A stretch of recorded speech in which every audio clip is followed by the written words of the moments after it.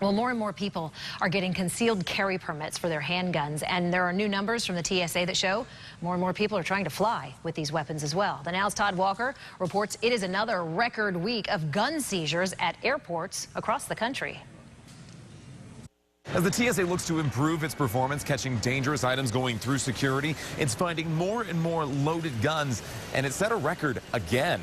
99% of the time, if not even higher than that, folks simply forget. There is a growing trend in airline carry-ons, and it's not that fancy roller bag. That has a cascading effect in that it slows the security lines down. More and more, the TSA is finding things like this inside those bags. For the second week in a row, the Transportation Security Administration has seized a record number of weapons, including loaded guns at security checkpoints.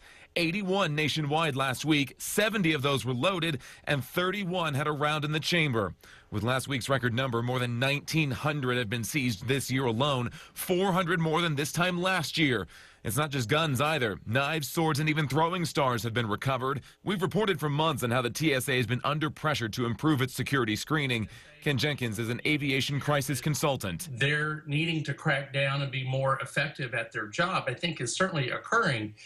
But we're also seeing this uptick in people bringing them weapons to the airport, which is very alarming. Jenkins says the current political climate may also play into the increase, with more people getting concealed carry licenses. That could also contribute to it as more people have access to guns and go out and acquire them legally, but then forget where they've placed it, for example. So far, Atlanta's airport holds the record for number of guns and weapons seized at 110 so far this year. Dallas comes in second at 105. For the Now, I'm Todd Walker.